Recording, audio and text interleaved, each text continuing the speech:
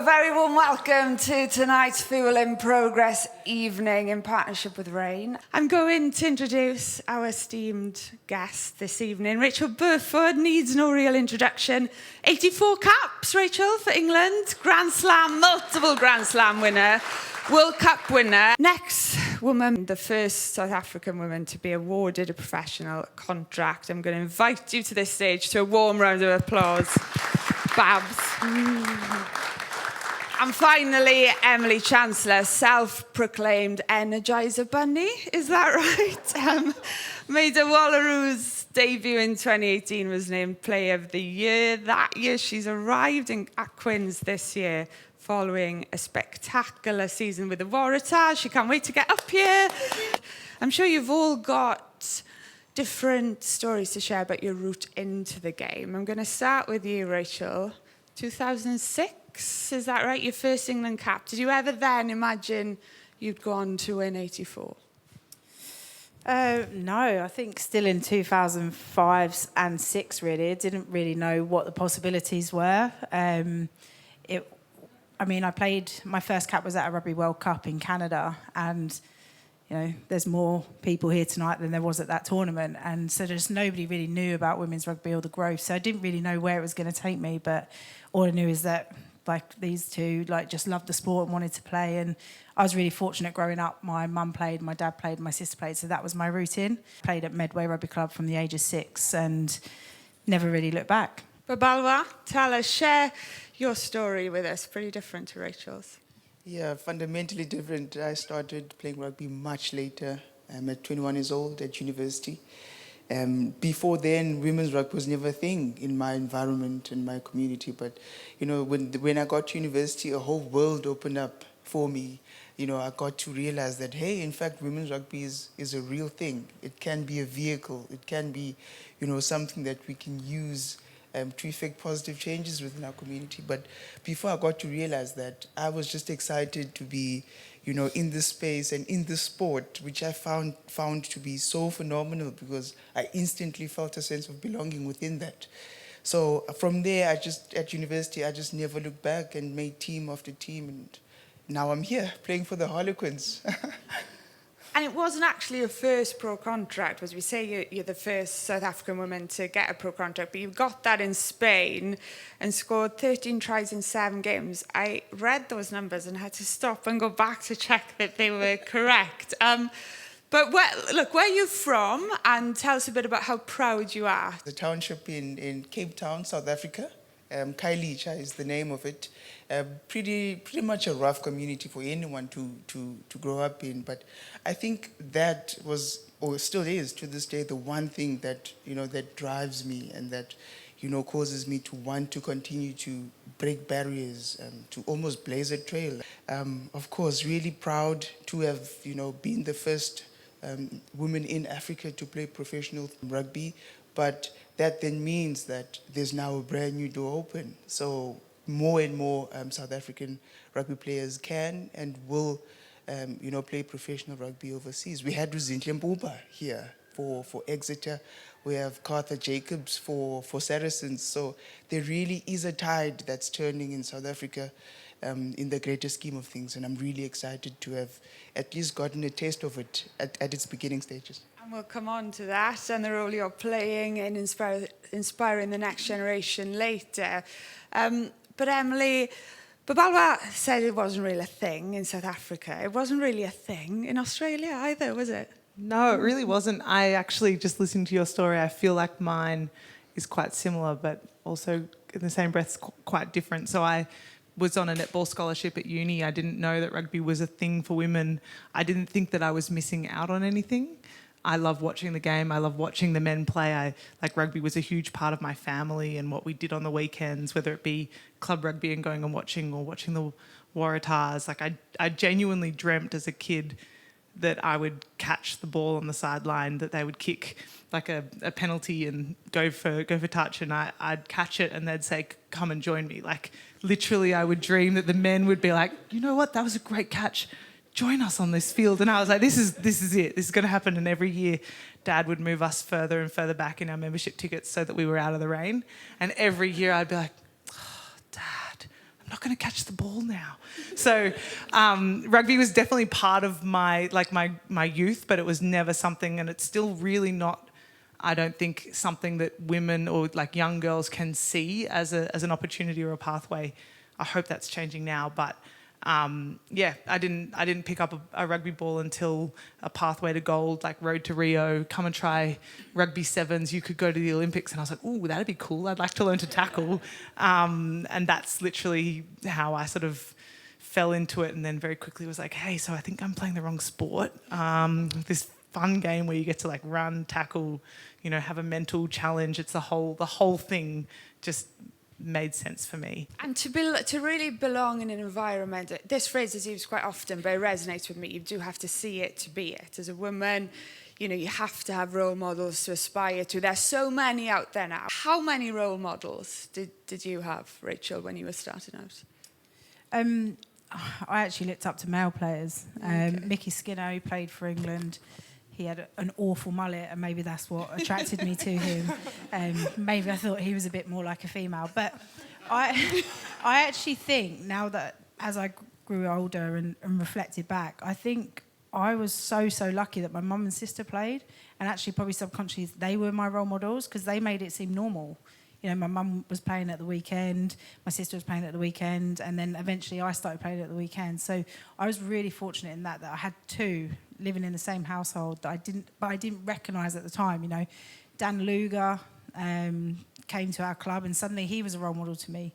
Whereas now it's the polar opposite. I coach young girls, and they talk about the likes of the Red Roses, and they name drop players, they know who they are. And I would say, even as early as 2 or 3 years ago, I'd run these camps, and I would say we'd be talking about doing a 2v1. And for those of you who may have watched Maggie Alfonsi play, great player but greedy, loves the glory, would never give a two. And I would try and say that as an example, and they'd be like, who? Whereas that's not the case anymore. Like, people know who our superstars are and our role models are, and I think that's such a unique place to be in now, where we're trying to get more and more young girls into the game.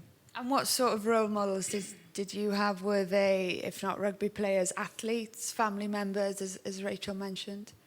Yeah, well, I had one male role model as well. I really looked up to Tendai Tawarira. I literally want the Beast. I wanted to be like him. I even called myself the Beast at some point. I think we can bring that back if you wish. I started seeing myself in certain individuals, such as Serena Williams and Caster Semenya, and that really meant to me that representation is important. It's so important that we open up ourselves to become role models, because young people, especially young girls, they relate to what looks like them, to what they feel is what they can sort of emulate. That's what's great about rugby, is you can look up to an Abby Dow, or you can look up to a Mali Packer or Maud Moore. They're different shapes, different sizes, different personalities within the game. Who are yours, Sarah? My role models growing up were definitely not rugby players. Susie O'Neill was a hero in my mind as a kid, a strong female athlete. I looked at Liz Ellis and Catherine Cox in terms of Australian netballers, because they were the worlds that I lived in sport. And if I had admiration for rugby players, it was like a Lottie Takiri or a George Smith, just because they played for my team and they did exciting things, not because I looked at them as people that I wanted to play like or be like. It was just the people that I cheered the loudest for on the field. And do you now feel as though you are a role model, that Emily Chancellor is a role model for others? And I guess weight on the shoulders. Well, but I guess we're going to talk about the growth of the game. I guess you see that trickle down then to the grassroots. Absolutely. I think you'd be silly to think that what we're doing in the sort of the period that we're in, just like you said before, we're not having potentially some kind of impact. But I like that.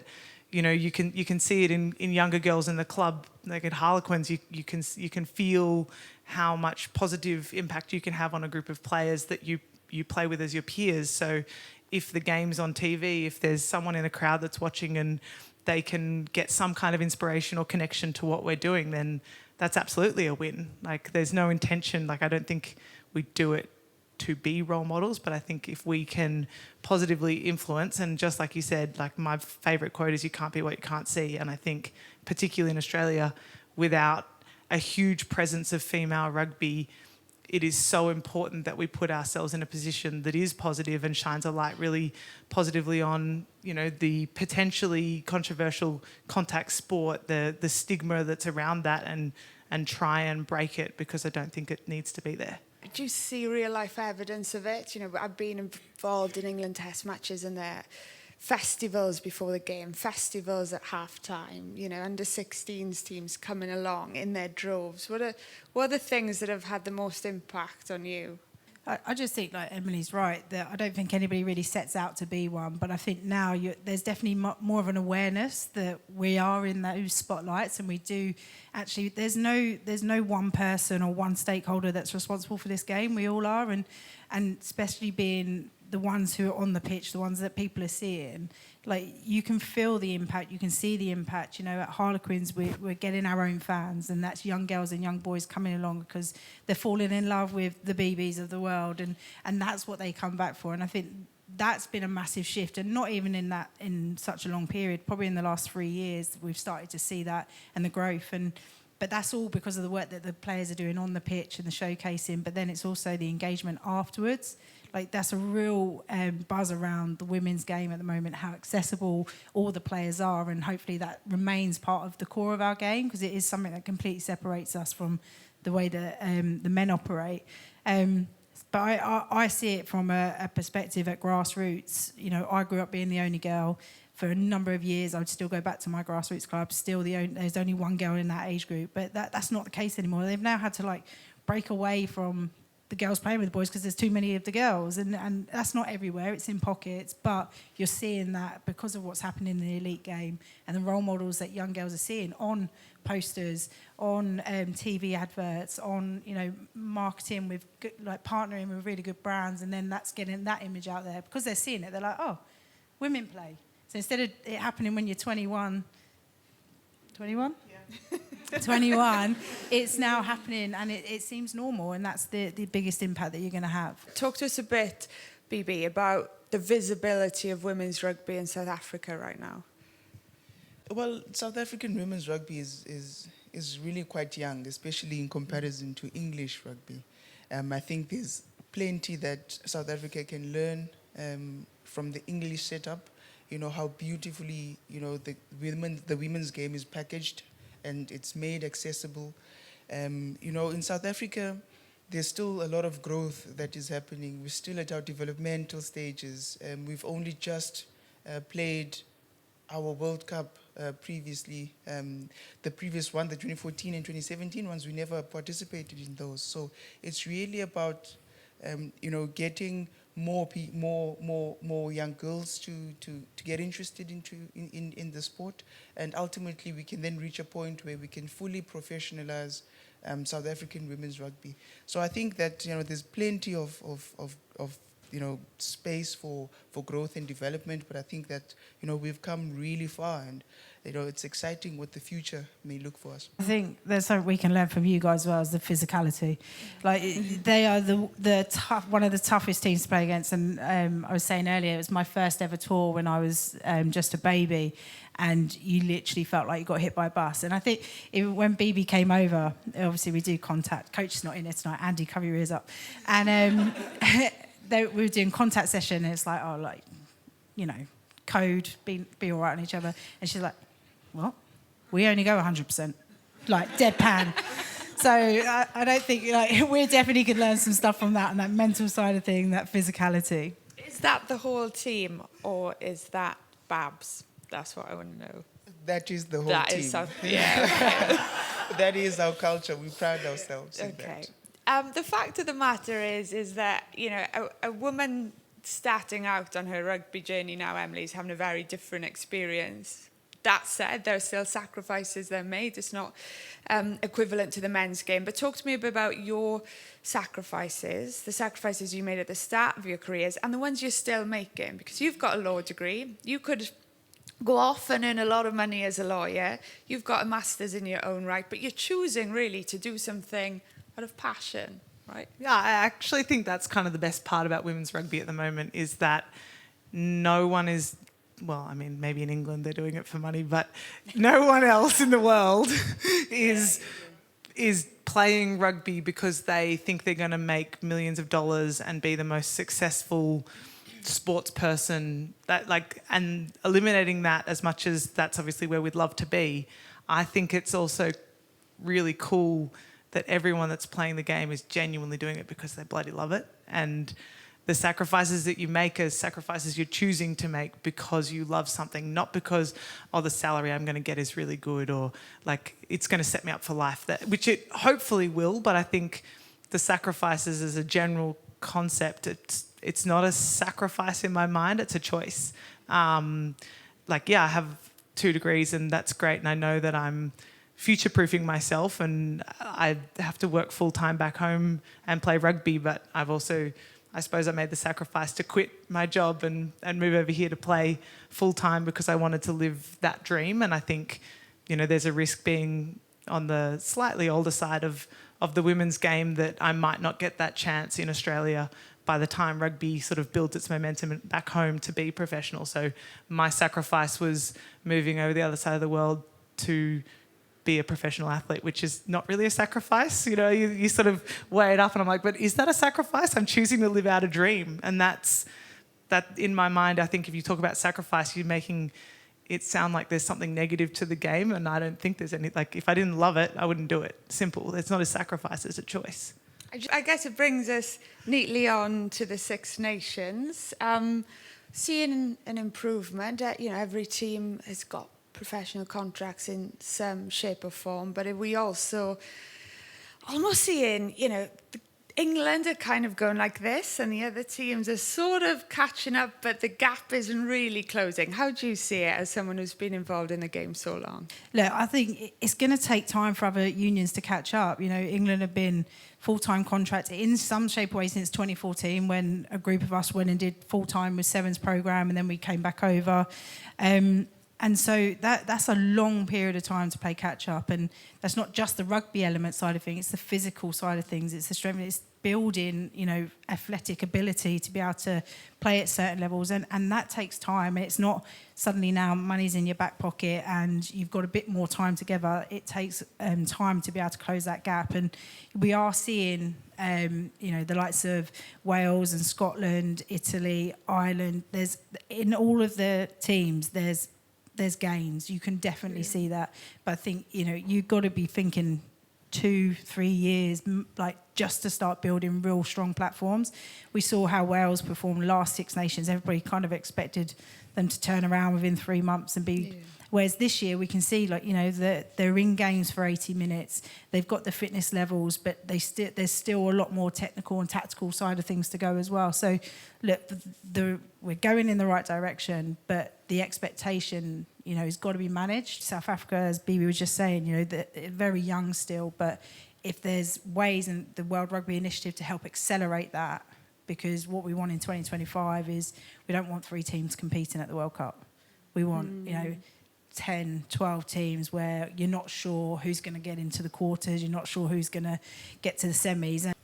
But there's so much infrastructure, foundation work that needs to be built around it. It's not about just paying players. It's the whole thing. Yeah, I guess I asked you about visibility in South Africa, but like you mentioned, it's more than visibility. It's investment, it's governance, it's getting the right people, it's getting women in the right roles, in influential roles. You've got one at the minute in South Africa, in Lynn Cantwell, one of the greatest island players of all time. She's there as performance director, I think. Are you starting to see changes at a sort of foundation level? Yes, definitely. I think, having Lynn on board has been the best thing to ever happen to South African women's rugby. I think it was a breath of fresh air to have a woman who was as progressive thinking about the women's game as her and was willing to put, plans in place and actually effect real and visible changes. So it's really exciting, to have that, because it's important to fast track our growth in as much as we say that we're in developmental stages, but we need to accelerate that development so that we are able to then compete, with the rest of the world and ultimately, contribute to a global competition where you just don't know who's going to win. And there's so much potential in South Africa, and Lynn, she knows that and she sees that and she recognizes that, and that really is amazing. Like, for instance, since she came on board, we've contracted nearly 15 players, and that number will grow this season and the next. So again, that speaks to the type of plans that she has and how forward-thinking she is about South African women's rugby. And ultimately, we want to develop a holistic program that caters to the collective players and individuals as well, because we understand there are so many components to a player. We are people, we're humans. There's the wellness aspect, there's education, there's, potential employment and life after rugby. So all of those things need to be pushed holistically. So it's really amazing to have her. Could go on talking about this for some time, but we're going to move it on and talk a bit more about the physicality and training side of rugby. And I want to draw your attention to a quote from Sadia Kabeya. This was from a BBC column. We've touched on this already, but it's quite a powerful quote. Growing up, social media told me that having muscles made me masculine, that I should be slim. I'd go into school and people would comment saying they could see my muscles through my blazer. I almost had two images of myself in my head. I wanted to perform at my best, but I also wanted to look a certain way. I wanted my body to reflect what I thought was beautiful, what I thought was feminine. That's why I feared getting bigger. I know now that I can be an athlete, that I can be aggressive, I can lift heavy weights and have muscles and still be feminine. It's hard to shut out what society says is pretty or feminine, but I'm strong, and that's why I'm one of England's starting players in the Women's Six Nations. I was asked the other day, Bibi, to describe rugby in one word, and the word that came to my mind was inclusive. But I guess for years we've seen pictures of men. We've seen scrum halves or locks that are 6'7", and we've seen this sort of diverse range of athletes widely marketed. Do you feel like we're starting to see that now in the women's game? So there are little girls who can, look at, like I mentioned, Amali Packer and think, I got that aggression in me. That's my sort of person that I want to grow into. Do you think that's changed? I think it has changed over the years. But if you're being honest, it may not be where we would like it to be. Because ultimately, our society our society views women in very particular ways.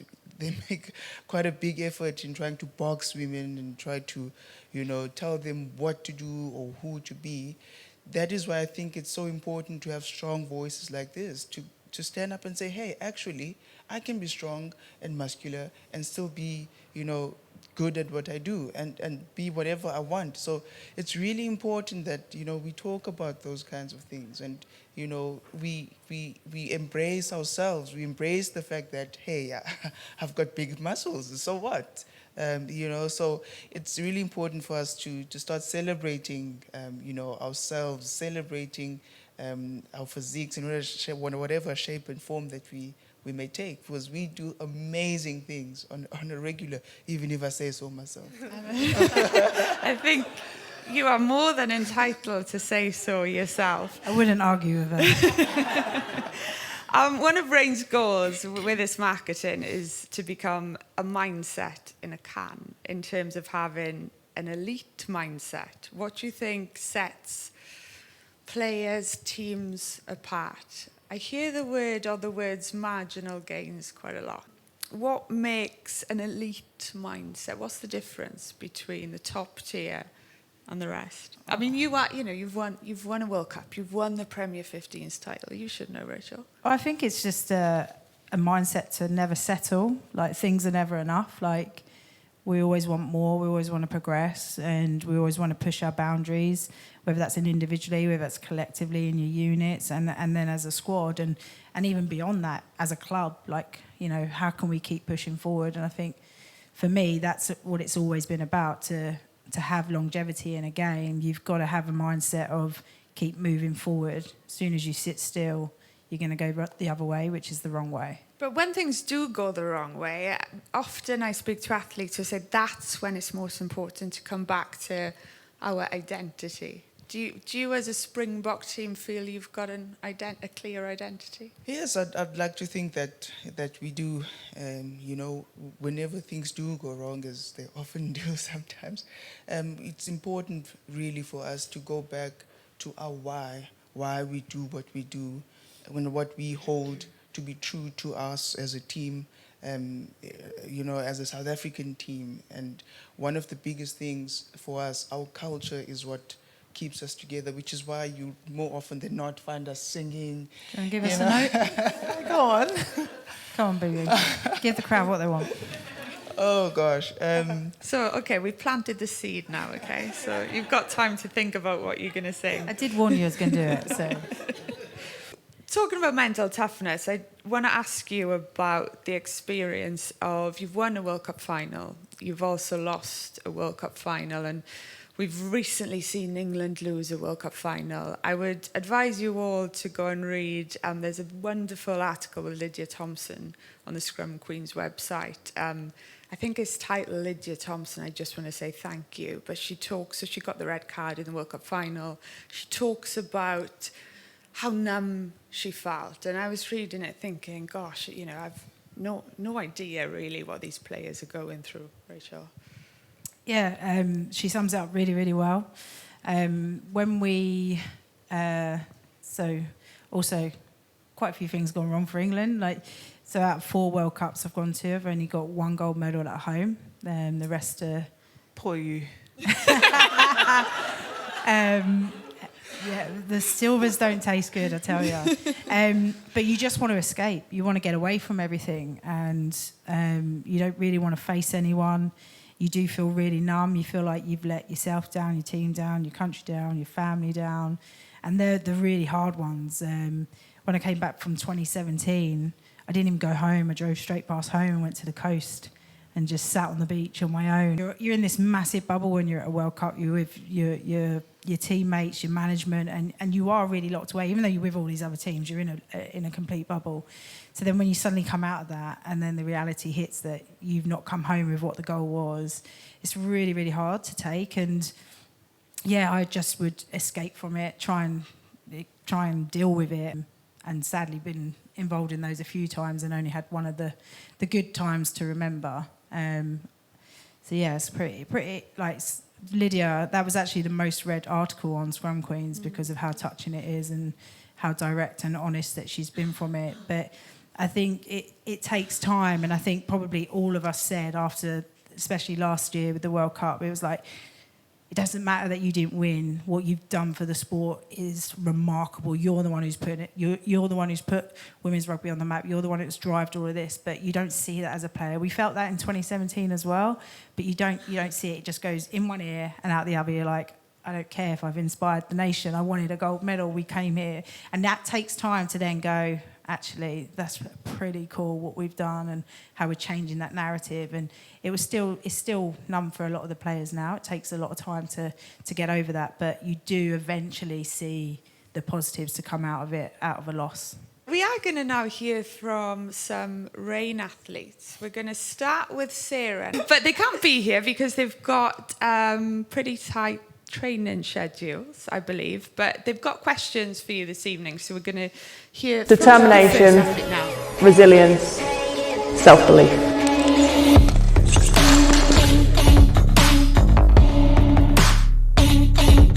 Athlete number 1, representing England.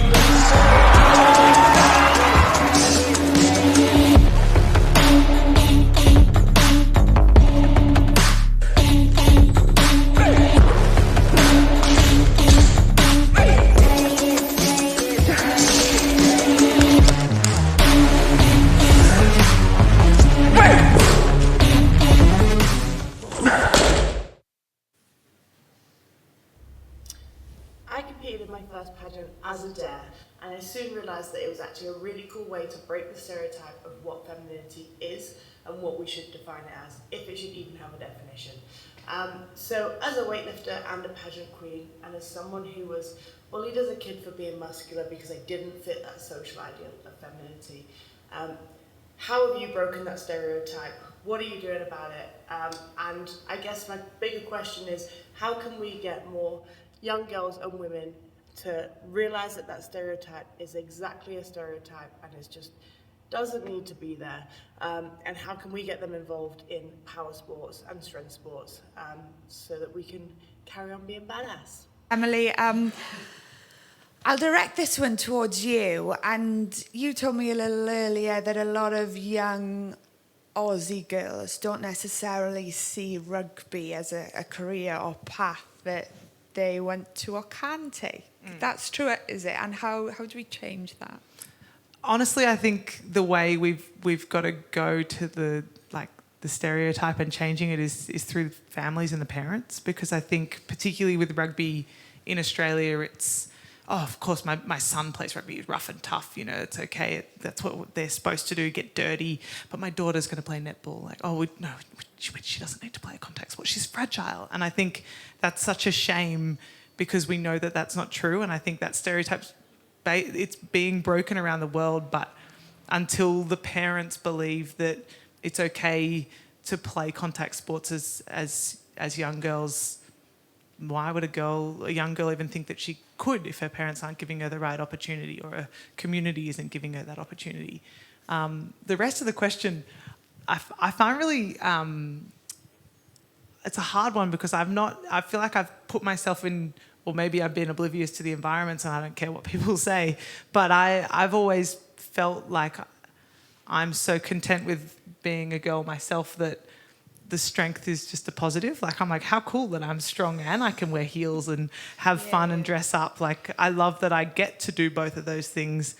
Imagine if you were just a girl that could only be a girl, like a girly girl. Like, God, that would be horrible. Like, imagine if, like, you could only just be pretty and worry about breaking a nail. Like, how horrible. That would be, like, my worst nightmare. So the fact that I get to do both is, like, for me, that's the best of both worlds. So maybe I'm just really lucky that I've grown up in worlds and environments where the strength has been celebrated, but I'm also, funnily enough, when we were talking about stereotypes and strength and strong people, I spend all of my rugby life trying to put on weight. So I'm like that one that's like, damn it, I want to be bigger and stronger, but I'm not. And so hearing the stereotype on the other side kind of makes me sad, because, you know, everyone, like, is the grass always greener on the other side? I don't know, but I want to be bigger and they want to be smaller. What?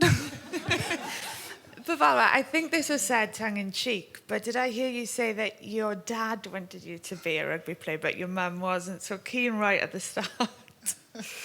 Well, I got different reactions from both parents when I came home with a massive bruise from my first ever rugby game, and my mother was watching the world. You know, she was quite visibly worried. But my dad, on the other hand, was like, yes, that's my daughter. You know, so it speaks to what Emily was talking about regarding parents and how they view their sons and daughters and how much the treatment differs. You know, I think that if you can change the family setup or the parents' mindset, that will then ultimately change the community mindset. Then it changes the societal mindset. So it's really, I think it's a cycle. Really, but yeah, I was really happy that my dad was happy that I was bruised. But he's my number one supporter, definitely. I can imagine he's even happier now seeing you over here. Okay, we've got another athlete coming up for you, Emma McQuaid.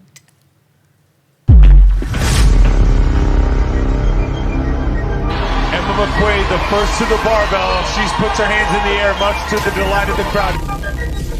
The final workout, strength and depth, like, I was really worried about that workout. I tested it and I only finished it with 9 seconds to go, so I was like, all those girls are going to finish that with a minute to go, and I had like so many self-doubts. I was like, I'm not going to be good enough in this workout, like this workout could put me out of the games. And my coach was like, no mate, like you're fine. But sometimes that self-doubt's not a bad thing, because it just pushes you on. It's like, I just kept it in the back of my head. I was like, if you don't drop the hammer here, like you're going to be left behind. So I don't mind a little bit of fear. I think that motivates me. And it turned out I got the exact same score on the day. But it's Emma McQuaid across the finish line. So I did, and that was good enough for the games.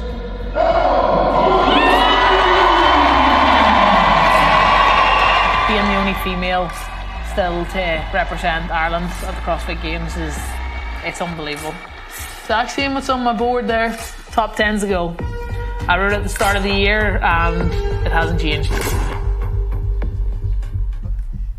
So Emma did send a question. She asks how important are female role models in rugby, but being that we've already touched on that, we will move on and hear from our next athlete, who I believe is the captain of the Swedish basketball team.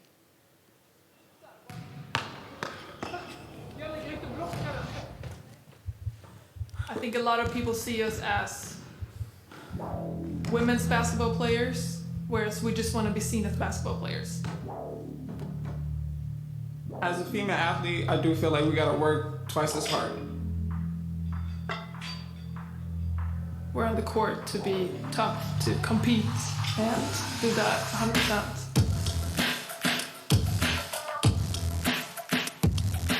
Nothing more, nothing less.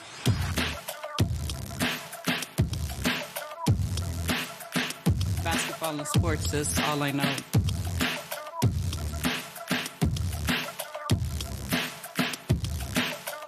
Basketball is my full-time job.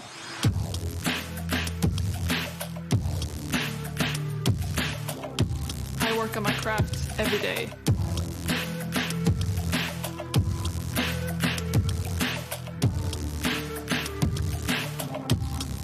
Putting in that extra work, coming in before practice, staying after practice.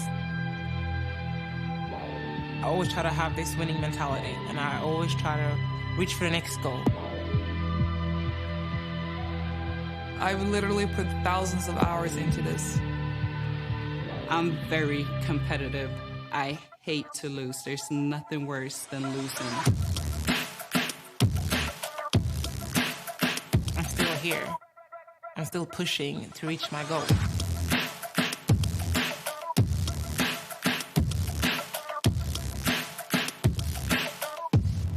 I can't stop now. Hi guys, my name is Paulina Hörsler and I'm a professional basketball player from Sweden. And I'm currently back home in Sweden, so unfortunately I cannot attend the event today. But I do have some questions for you guys. I'm a professional athlete myself, but in your experience, what does it take to become a professional female athlete, would you say? What is your number one advice? And also, if any young girls are watching this, for example, what would you tell them to become a professional female athlete? What is the best advice you can give them? Talked a bit about the sacrifices off the pitch. It's that, and it's also, you know, the commitment on it, I guess. It's up to you. Who would like this one? BB. You have been nominated.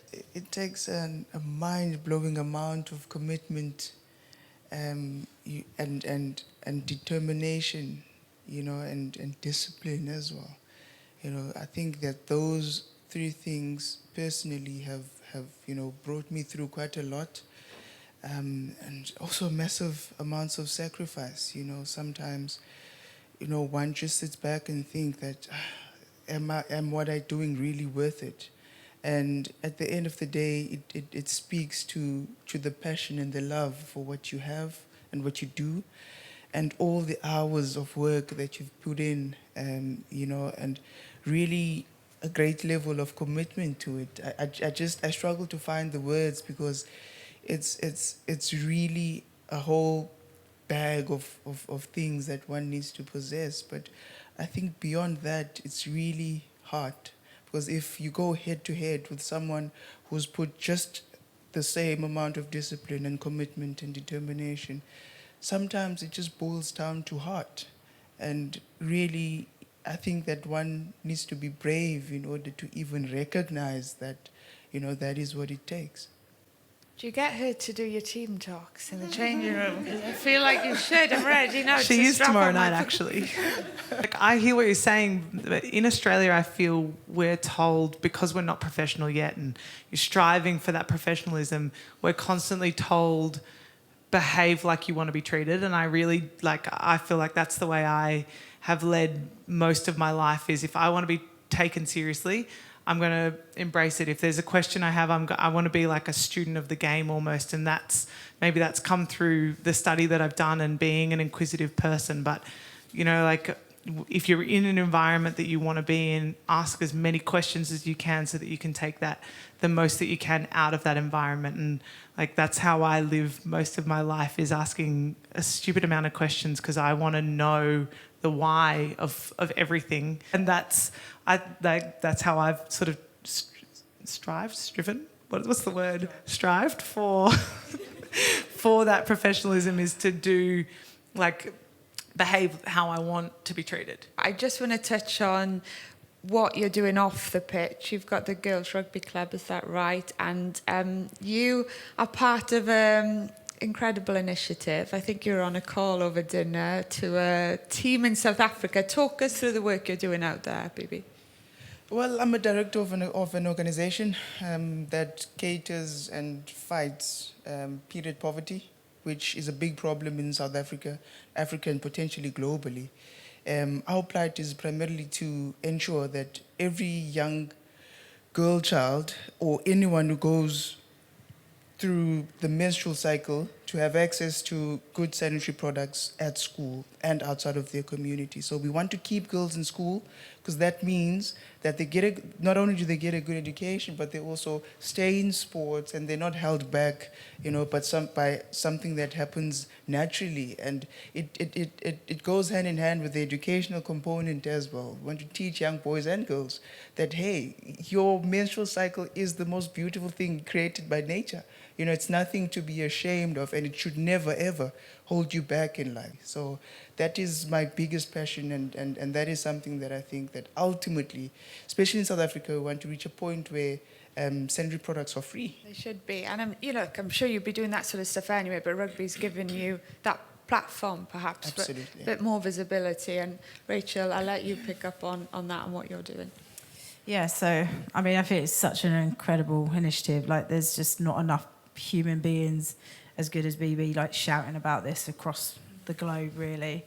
The Girls Rugby Club is, in a nutshell, it's trying to create more opportunities for young girls in the game, giving them a space to come together, to thrive, to ask loads of questions, for us to educate them on menstrual cycles, on breast health, and trying to be a platform that is all for young girls coming up in the game, and actually talking to them. Asking them what those challenges are. They might not be the same as what they were when I was playing, so I can't make those decisions. Same for these guys. So just really kind of engaging with them and trying to create those more opportunities. I originally set it up because I used to work for the RFU, and there was loads of girls just dropping out at the age of 12, because it's when I know you all know this, you got to move on and play in an all-girls team, and a lot of clubs didn't have that. So a lot of girls are like, well, I don't want to go down to another club. I don't know that club.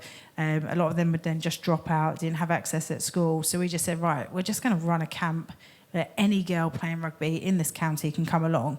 And then suddenly they're like, oh, now I've made a new friend. She's from that club. Maybe we'll go together to another. So just kind of broke down some of those barriers, and then it's just kind of evolved from there. And yeah, it's been really, really challenging at times, but also it's been really, really rewarding to see the development and the growth, and hearing how powerful and inspired these young girls are now with this sport. Admiration of the three of you. We're going to take a short break, so I'm then going to talk to Kylie Grimes, who could be introduced in many ways, Harlequins ambassador, motivational speaker, but the one way she deserves to be introduced is the first female wheelchair rugby Paralympic champion, and she has an amazing story.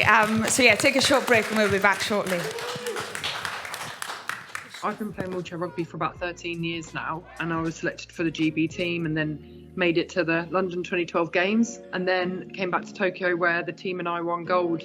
You know, first European team to ever win gold and women to ever win gold in wheelchair rugby, which is pretty amazing. And then I joined the Jesters as their coach last year and became an ambassador for the Harlequins Foundation. I think Harlequins having that forum where people can openly and honestly give feedback and say the good and the bad is definitely the right way to go. Since being involved with the Paralympics and the Paralympic sport as well, I've seen a huge range of disabilities. And, you know, we're not all experts within it. You know, I know about wheelchair users and a lot of physical disabilities, but I don't know about all the other disabilities out there and also the invisible ones. You know, we've all got to learn a lot and listen to each other, and we can always be better. And I think trying to make everything as accessible as possible and make life easier for people just takes that added stress away. You know, what's easy for me is not easy for another person, and what's really easy for someone else is hard for me. So it's been really good to see that over the years and just try and be more compassionate and more empathetic and just understand that we are all really different and we need different things. If you can have that sort of safe place for people to come up and feel included, feeling like their voice is going to be heard, then to me, that's the most important thing. Can we please give this lady a round of applause? And the one thing I forgot to add was you received an MBE for your services to wheelchair rugby last year. But Kylie, for those who don't know your story, take us back to the start. You suffered a spinal injury in 2006, didn't turn to wheelchair rugby till 2011. Just tell us about your journey during those years. Yeah, so if I take you right back to the beginning, when I was a child, I had a dream to represent my country for Great Britain at Olympic Games. That was my dream. And to be honest, I didn't really know what sport at the time. I just wanted to do it. I wanted to get there. So I played every sport I possibly could. Netball, football, rugby, show jumping, even rode horses. So yeah, and then as I got further along my journey, you know, I started show jumping more. And during school and college, that's what I was doing. And I actually started to be paid to ride for people. So yeah, I was hoping to maybe represent my country in show jumping. Unfortunately, yeah, I had an accident when I was 18 years old, a diving accident, which left me with a C5-6 complete spinal cord injury. So that basically means I'm paralysed from the chest down and I've got limited hand and arm function. So basically, when I was in the spinal rehabilitation centre, I was like, the first thing I said to the surgeon when I woke up was, what sport can I play? And he said, sorry, what? That's not normally the question we get asked. Normally we get, you know, crying and, oh my gosh, my life's changed forever and all of this. And I was like, well, yeah, I know it's changed. I know it's going to be different, but I know I can still do something and still play sport. So that's when they put me in touch with lots of other people that could basically show me all different Paralympic sports. And that's when I found murder ball. And yeah, I was going to say, lo and behold, you chose the most uncompromisingly brutal sport of them all. Why? Yeah. Because I went to watch it. I watched Murder Ball to begin with, which is a documentary all about wheelchair rugby and the history of wheelchair rugby. And then after that, I went to watch it. While I was still in rehabilitation, I went down and saw all the guys that were training for the Beijing Paralympics in 2008. And I heard bang, crash, and went, yeah, I've got to play. I was working with a guy, Ivan Phillips, who was a hooker for the Ospreys, and he's quite recently actually had a really bad accident. He lost a leg in a motorbike accident, and he's starting to think about sport. And he turned to me a couple of weeks ago and he said, I just don't know about wheelchair rugby. It's just a bit too brutal. And it is, and people get injured, you get thrown off your wheelchair, thrown around the room. What's it like to play? Just tell us. So it is unique. It's a crazy game. You know, you sit in a chair for the first time. We get people, you know, come down and try. Everyone, we've had rugby players in the chairs, and we say, just give it a go. And to start with, everyone's like tentative. They don't, because you're like, hang on a minute, you want me to hit this into that? And it is all a bit bizarre at the beginning. But once you get used to it and you realise actually the chairs can take a lot of impact. They're very, very strong. They're built well. And then, yeah, you start getting used to it, and then the bangs and crashes just become part of the game, and you don't think about it. And like you said, you do get injuries, but not that many, really. Probably not as many as rugby players. You know, the chair takes all the impact off the body, which is pretty incredible. But you do get a lot of aches and pains, and especially, you know, being one of the only women, I take hard hits off the men, which they hit hard. So, yeah, it does hurt in time, but playing the game's incredible. Honestly, it's just the whole environment. You've got a disability. Everybody around you has a disability. You're all in the same boat. Many are spinal injuries. Lots. That's how wheelchair rugby started. And then obviously there are other disabilities, but you're all in the same boat. You all live the same lives, and you all understand each other, where it comes from. So it's a bit like the girls were saying earlier. You just feel like you belong, and you're in the right place, and you've got other people to listen to you. You know, if you're having a hard day with your disability, so, you know, not only are we athletes, not only are we playing rugby, we're also having to contend with spinal injuries or other disabilities. So some days I'll wake up and I'll say to the guys, I've had a really tough morning. My body's not working. You know, my spasms are really bad in my legs. I feel just unwell. They understand. They know exactly where I come from. They're like, oh, I had that last week, don't worry. You know, and they're just there. So it's just a community as well. It's just absolutely amazing. It's one thing returning to competitive sport after an accident like yours. It's another thing making an Olympic team. What was that phone call like, hearing you were selected? You haven't just told us it was always a dream of yours. It was honestly amazing. My first games, London 2012, are home games. I had all my friends and family. You know, I'd only been playing in the GB team for a year. I had been playing on and off since 2009 for my club team. But yeah, to be able to do that and to get that call, which I was not expecting at all, by the way. I was thinking and preparing for Rio. It was just absolutely amazing. I still remember it. I was actually in bed. I was still in bed. It was about 9 o'clock in the morning, and we'd had a busy week training, so I had a lie-in. And he said he was going to call, the head coach said he was going to call us between 11 and 4, and he called me at 9. So I was still in bed, and I was a bit like, oh, it's Coach Tom. So I was like, I better answer and be polite. And I was like, hello. And then he told me, and I just burst into tears, to be honest, because I couldn't believe it. I wasn't expecting it, like I said. And it was a long journey from that point to eventually winning gold in Tokyo. There's a small number of females in the sport as a whole. You were the only female on that team. What, you know, is there stereotyping? What's it like being in that position? Yeah, you know, like I was saying earlier to some people, for me, it's not been that hard. Some of the girls around the world, we now talk about it, and their journeys have been very different to me. For me, when I joined wheelchair rugby, I just felt like a member of the team. It was never you're male, you're female. They treated me the same. I was no different. I was just one of them. They hit me just as hard. They sent me flying just as hard. And I just felt one of them. So yeah, it wasn't for me such a huge thing. I think I'm now starting to realise how big it actually is for some girls, because you're a little bit crazy, basically. Yeah, I am a little bit crazy, and some of the other women are saying, you know, I keep getting the question, why are women in the sport but not staying in the sport? Because they're trying to grow more women in the sport. So I think I've realised that actually there's a lot of women out there. We're all different personalities, we're all different characters, we're all different people, and there are a lot of women that don't want to play with the men. Not like internationally, not at that level. You know, they'll hang around club level, they'll play at club level, but they don't want to do that internationally. The men internationally, for Australia, for USA, for Britain, for Japan, they hit like trains. Honestly, it's hard. I've been sent 5 meters sideways. So for some women, it's not what they want to do. So yeah, we're trying to grow the club level at the minute for women. We're trying to do as much as we can, get more involved. And we just had the first ever all-women's Canada versus GB game in Paris in March. So it's amazing. It is growing.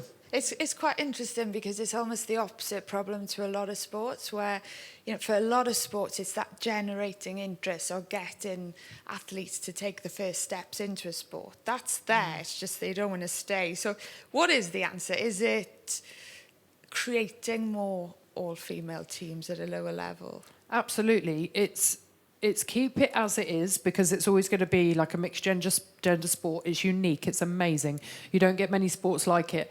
But to give the girls, the young women, something to look up to, something to inspire to, I think we just need a few all-women's tournaments where they can train and go to and enjoy it and enjoy playing wheelchair rugby for what it is and not be worried they're going to be injured or be knocked out or be hit, Can you summarise what rugby has given you in this new phase of life? Everything. Absolutely everything. Wheelchair rugby is incredible. It's made my life. It's made my dream come true. And to be, part of history and be the first woman to ever do it is just the icing on the cake. It's everything. Sorry, we just need to hold this up and show it to the room because you're hiding it away in your lap. It's so much heavier than you think it's going to be, isn't it? And just tell us a bit about the work you do then as Harlequins ambassador and the work you do with the Jesters, which is a great name. Yeah, the Jesters, the wheelchair rugby team for Quins, they're amazing. They're a great, group of people that I work with now. And it's amazing to see them grow. So I've been with them just over a year or around a year. And, so within wheelchair rugby, we now have wheelchair rugby and wheelchair rugby fives, which is even more incredible, and it's showing how fast the sport is growing, and that gives the opportunity. So the difference is wheelchair rugby is at Paralympic level. That is specifically for people with disability in all four limbs. It's designed, it has a purpose, because a lot of people with high-level disabilities can't play basketball. They don't have the dexterity. They can't play other sports. And then you have fives now in the UK, wheelchair rugby fives, which is open to nearly everybody. You can even have people with PTSD and things like that. So that is incredible to have that at club level to allow everybody to play our amazing game. So the work we do at Quins, we've got fives players. Hopefully this summer we're going to be in the fives league because they're ready for it. They've been training so hard, and we had a few games in January against the Saracens team and the Crawley team, and we got our first ever 2 wins. So the guys at Quins are on the way up, and I'm just hoping we can get into the league this summer and show them that we can compete with them. And I've asked you what it felt like to get the phone call or the emotions when you found out you were going to the Olympics. What was it like when you were told you'd be awarded an MBE? And, what's the day like? What does that involve? Oh, it was madness. Honestly, it was like the Christmas period, and I wasn't expecting any of it, to be honest. It was all a whirlwind after Tokyo. We were thrown straight. We landed at Heathrow and were thrown straight into the last leg. We didn't even get to go home. Then we were doing all these appearances all over the place. I felt like I didn't sleep for about 8 weeks. And then when I finally got rest and was having Christmas with my family, I then get my stepdad ringing me saying, "You do know you're in the New Year's honours list?" And I was like, "No, because I don't read that. I've got no idea." So it was a big shock, and the whole family knew, and then it just blew up, and it was absolutely mental. Wow. But to be able to share that with my mum, my brother, and my sister, who've been there through everything, at Windsor Castle, I had to think about that then, in November, was amazing. And another bit of history, we were the first ones on the first day. The King gave out the awards, which was amazing. You just keep on making history, don't you? Making your way through life, breaking records. Can we just get one more round of applause for Kylie? Thank you. Kylie, you are actually going to stay on stage. We've got about 15 minutes left. I'm going to re-invite the girls back up, and I'm going to invite you also to ask some questions. Share your question. Hello, I'm Annabelle, and I always like to ask people what their highs and lows of the day are. I just want to ask you on a broad level, what are your highs, what has been an absolute high and what has been a low of your kind of careers in rugby? Good question, because the highs tend to be really high and the lows really low, or at least publicly low or publicly high, aren't they, as an athlete, which is quite a unique thing. My high was definitely the World Cup last year. I feel like coming into the game and playing, I only started playing 15s, I want to say like 7 years ago, and being like, that's where I want to be at the World Cup. Missed out on the Ireland World Cup, and that was definitely the high. I wasn't sure if there was going to be rugby after the World Cup, and then I got there and I was like, well, I'm having too much fun. I'm going to have to keep going. And then my low would have to be injury. I feel like that's a cliche, but when you get put in a position where you question whether you will be able to come back, you're told you probably won't be able to come back, and then, you know, you have to decide, no, screw you, I'm going to do everything in my mental capacity to do what I can do. That was where the low was. My high was when the Springbok women qualified for the World Cup. I was captain at the time. It was quite a grueling preparation process. We had a young squad, and most of us had never experienced what the World Cup was. So I remember the day we lifted that Africa Championship trophy, which also doubled up as a World Cup qualifier, and we were so happy and so excited. You know, I still get goosebumps when I think about it, because it was really a pivotal moment for South African women's rugby. I think the lows are definitely injuries. I've only ever been injured once in my whole career, and it was my first major injury. I had to undergo surgery. So touch wood if we could. She was concussed last week. You know, she's a liar. Count, yeah. Concussion doesn't count. It does. It's a serious injury. It's really just the mental strain of going through that whole process of rehab, especially when you're used to being such a strong player. There's never anything wrong with you. You're always just going. But now, all of a sudden, due to injury, you can't do any of that. You know. So what do? You just sit and twiddle your thumbs, or you just make a decision that, hey, I'm going to come back stronger and meaner, and I'm going to up every day. You know?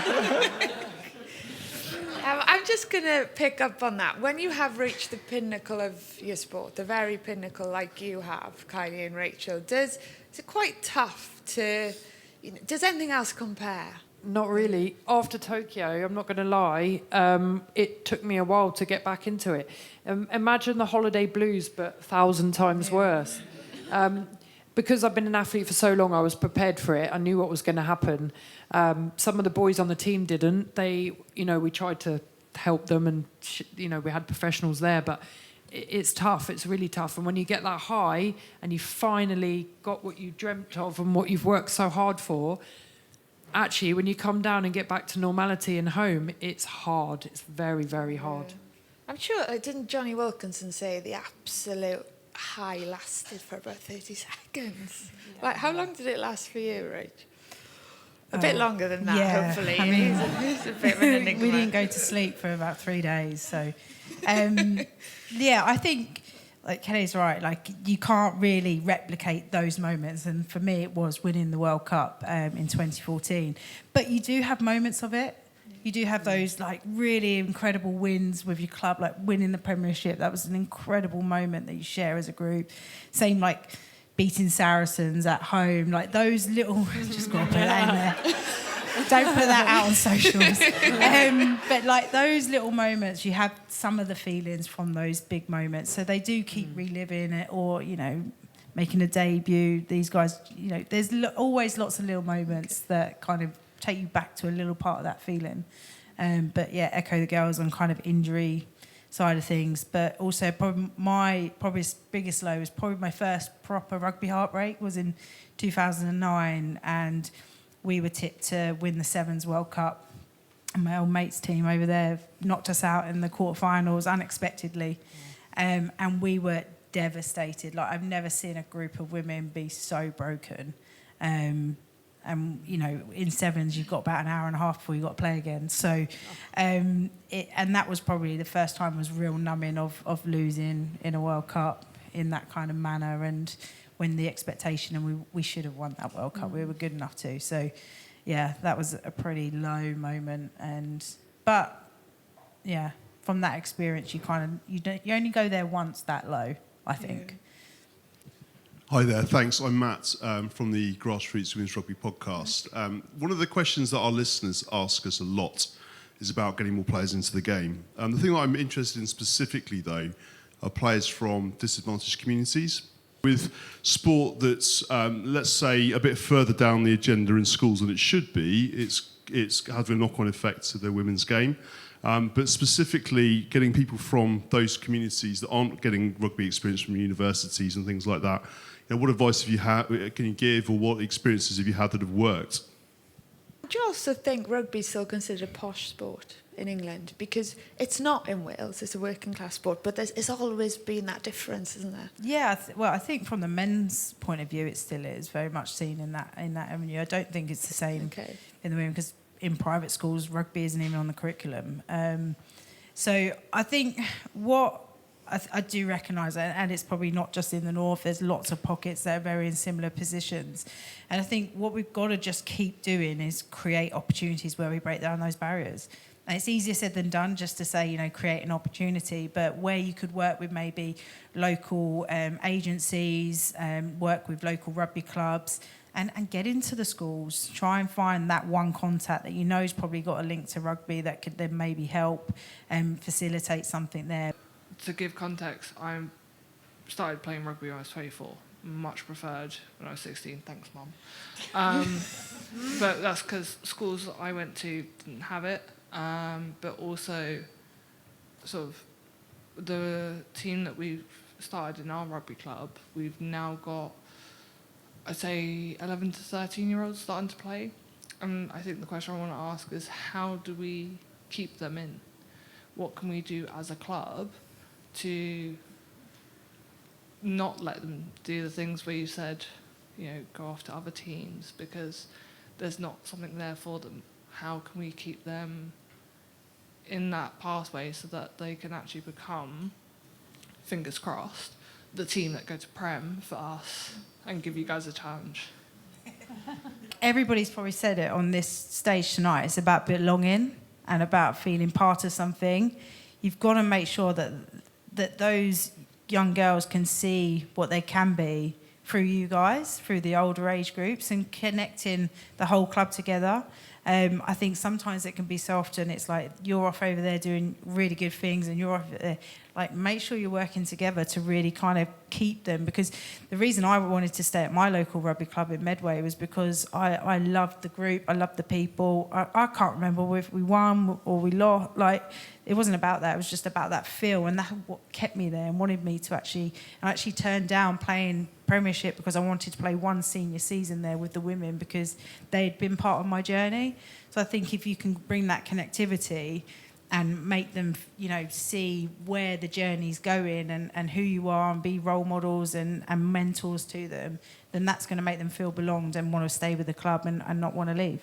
And how important do you think these showpiece matches are, like the game changer? Like you had the Do World, didn't you, against Saris? Because it's all well and good being inspired by the Red Roses, but they only play a handful of times a year. So, do you feel that a sense of occasion around these sort of games?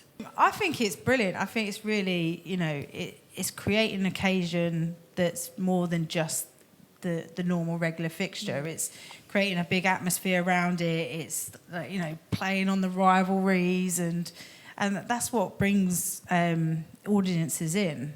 And also, I was lucky enough, I couldn't play this year at Twickenham, but how incredible. Some people will never, ever, ever get the opportunity to play at Twickenham because you don't play for your country. Whereas we've got a club that is really ambitious and creating those opportunities for the players. All the sacrifices, the commitment, the discipline, the dedication that players put in, and then they get to showcase their game at the home of Twickenham or at the Game Changer, where we try and make a bigger spectacle. It's like a big respect back to the players. We started the Game Changer, then all of a sudden Saracens started creating a duel. Then other teams have started to do something, and we need that to happen. We need people to follow, and having those pinnacle kind of landmarks in the calendar just suddenly makes everybody looking over, going, well, what are we doing? okay, we're just playing another game at, I don't know, wherever. But in terms of, well, how are we making this bigger? How are we giving our players a great experience and a great opportunity? Since sort of moving over to the UK, what has kind of been the biggest adjustment that you guys have had to make? That's the easiest answer. The weather. The weather. Sort of from a two-pronged kind of thing. What do you reckon? Take a guess. Weather. Why are we the only two wearing our jumpers still on the stage? I guess from sort of a, just general day-to-day kind of perspective, but also in terms of how things are done differently in the UK from a rugby perspective, and what have you done to kind of cope with those changes? I think what's great about playing this side is that there's a high level of professionalism. This is, well, because I do it full time, this is my day-to-day. And that, for me personally, took a bit of adjustment coming from a nation that is still growing in terms of women's rugby, and then, getting the opportunity to play in front of 15 to 30,000 people, which my first time in my was my first time in my whole career at Twickenham, like the biggest stages of all. So it kind of took quite a bit of adjustment mentally to say, hey, look, first of all, the club saw you're good enough to be here, regardless of what the state of South African women's rugby is. Secondly, this is what we've been dreaming about. This is what we've been always, trying to work towards. And finally, the moment is here. So for me, it was about grabbing every opportunity that I got. And, this club has given me so many opportunities to develop my craft on a daily. So I think that, I had to make those adjustments in actually telling myself that, look, you're here now. This is possibly the best thing that could have ever happened to my career. So really grateful to be here, honestly. I would say definitely time is the best part over here. Yes, I feel like everyone moves a little bit slower in England. Maybe it's because we're all cold. But I do think like there's from exactly what Bibi said, going from being trying to do a job and play rugby to the best of my ability and treat myself like a professional, and being able to be here and accept that takes time, and it's not always running around on a field that makes the professional side of rugby professional. It's investing in yourself from a recovery perspective and getting the right amount of sleep and all of those things, which is a luxury, full stop. And to be able to spend the time to do that here is really great. That makes it sound like I'm doing nothing. I'm training really hard, and I'm working really, really, really hard on my craft. I've got a question for you three around where you think, or where would you envisage women's rugby being in the next 5 years? So if you were sat on that sofa, or sat on those chairs, in 5 years' time, where do we think women's rugby in the UK or generally within the world would be? I think I'd love to see globally the domestic game develop, because I think as quickly as we're seeing internationals get contracted, and that does make a big difference, but unless you've got the week in, week out high performance environment and competitive game, the international game will always really struggle. And I think we're going in that direction. I think in the UK, I would love to see us get to a position where we have more full-time or towards full-time athletes, or ways that we can go part-time and actually support players in a position where they haven't got to work a million jobs, or they're not coming straight from work, getting in the gym, going into meetings, straight onto a training pitch, because over time that really, really takes its toll. But I think I'd love us to say we've been selling the stoop out for the last 3 seasons type thing, and obviously that then will go back into the game to pay the players to look after them. And I think if we have a vision like that we really all go after, it's definitely possible. I feel like in 5 years' time, Premier 15 should be fully professional. It should be sell-out stadiums, and I think there will be international player caps per team to make, because England rugby is producing such great athletes that they're going to say, actually, get rid of your internationals. You're actually not doing anything for the growth of the game here.